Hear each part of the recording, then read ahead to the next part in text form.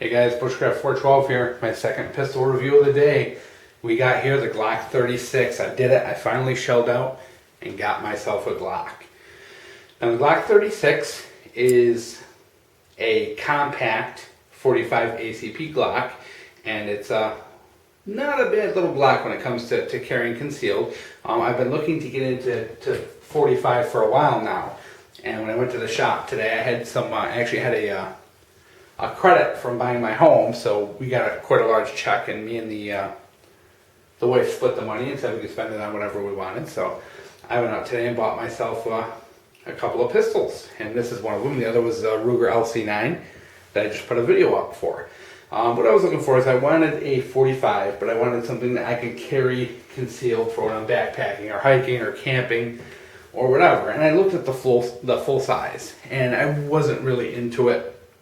I held this 36, and it just felt great in the hand, and I had to have it. There's a million videos on Glocks, guys. I don't need to get into all the little tiny features and all that, because this gun is new to me, and I'm still learning it and learning about it and learning about Glock. Even though I've shot these things a million times, I'm not a Glock guy. I'm not terrifically into these, so I've got a lot of learning to go. So this is an initial review, and we're probably going to do an update down the line once I've shot this thing and put a couple hundred rounds to it, and an update as to how the gun is reliable and how well it carries concealed as for carrying it on a daily basis. So as we mentioned, 45 ACP. It's a 6 round single stack mag. I know 6 rounds doesn't seem like a lot, but you know, when you want something this size, you definitely need to sacrifice some of that firepower. Glock as a company, of course, is very well known. They've, I think like 65 or 70% of the police departments out there use Glock. A lot of the military uses Glock. Very well known, very popular. There are people who hate Glock, and that's fine. I'm not promoting them as a great company, but they do make pretty good guns for the price point. This one here is about $565, and it is a Gen 4 Glock. And so far, just playing around with it, I've been pretty happy with it. Has a fairly nice kind of smooth trigger to it. Disassembly is so easy. I love taking apart Glocks. They come apart in 2 seconds. It comes with 2 of the mags, and we'll show you one of the mags here. Of course, just a small single stack 6 round with the witness holes. So it did come with 2, which is a bonus. One of the downsides of this gun is you can only use the Glock 36 mags with this gun. You can't use any of the other Glocks in 45. There's no interchangeability with the magazines.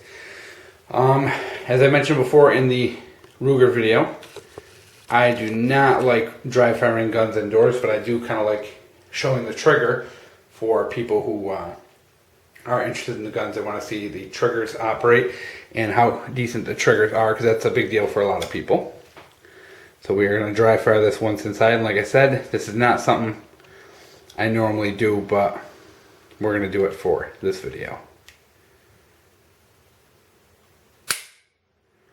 So it's a fairly smooth trigger pull. A little bit of kind of, once you take up that slack in it, it's actually a pretty clean break. Very happy with that trigger pull. I can definitely live with it. So let's talk about the purpose of this gun. This gun is obviously meant for carrying concealed. It's a pretty small Glock.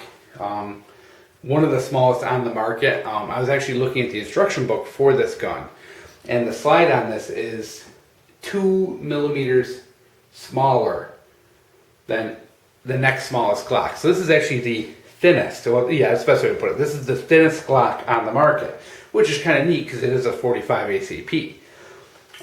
Being thin definitely helps out.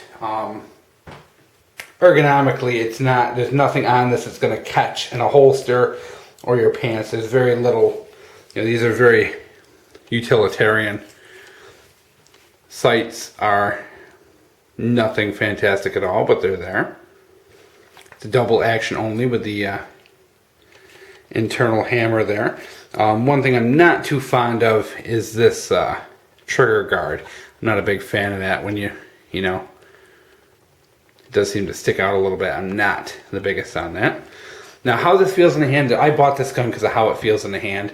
It's actually got a great hand feel. And like I said in the Ruger LC9 video, I have kind of small hands. My trolls have pointed out in the past that I have small girly hands. It makes me laugh every time someone says it, but you know, that people are really paying attention that much to my hands. But this actually fits decent in my hand. It's a good fit for me as a gun. So with the magazine, it actually is just about that perfect length for me. I have kind of like big hands, little fingers, you know, so I guess I'm some kind of genetic freak or something. But very comfortable feel in the hands. Really enjoy that feel to it. So definitely really happy with that feel. But overall, like it so far. And let's talk a little bit about me. Now, here's one of the things, and one of the issues I have is, and I know someone's going to bring this up, so I kind of want to address it at the end of this video. I've bashed Glocks a million times in my videos. And I know a couple of people are probably saying, well, gee, you've bashed Glocks so much over the years, so why would you go out and buy one? Well, it's not the guns I've bashed. It's the people who fanatically follow them. These guns are great. Like I said, they're one of the main things used by the military. They're one of the main things used by police. They're known to be good, reliable guns. They're very simple, utilitarian. You know, they're like an old, like 1950s truck. They're not nice to look at, but they're just simple. And that simplicity is so nice and comforting. And there's just not a ton to these things. And it's very nice. But my issue comes with the Glock crowd, the people who worship this gun like it's the best thing out there, and it's not the best thing out there. I kind of see it as like a middle of the line weapon. And oftentimes you get people who make comments. You buy a gun. I bought my Ruger P95, and people say comments, "Oh, you should have bought a Glock. You should have bought a Glock." Everyone just thinks that Glocks are some magical firearm, and they're not. And that's where my issue with Glock comes, is with the people who just fanatically follow them and just refuse to accept that it's, you know, it's a firearm, it's fallible, they can fail, they can have problems, they can have issues, and the people who just don't seem to ever want to understand that and just think of them as that. And plus, Glocks are on the expensive side. They're a $550, $600 gun, and not everybody can afford them. You know, so people do sometimes need other weapons, and people who buy these things tend to, well, not that buy them, but the people who tend to be the fanatics about them just don't ever take any consideration into someone else, because the firearm world is their world. And, well, I'm ranting and raving, but like I said, I've always been a fan of the guns. I've been shooting them since I became a police dispatcher in 2003, and I think I quit in 2008. So about 5 years I spent bringing various Glocks to the range and shooting them, and I've got probably quite a few thousand rounds through all the different models I've fired, and I've seen some good ones, I've seen some bad ones, and you know, like any other gun, they're not perfect.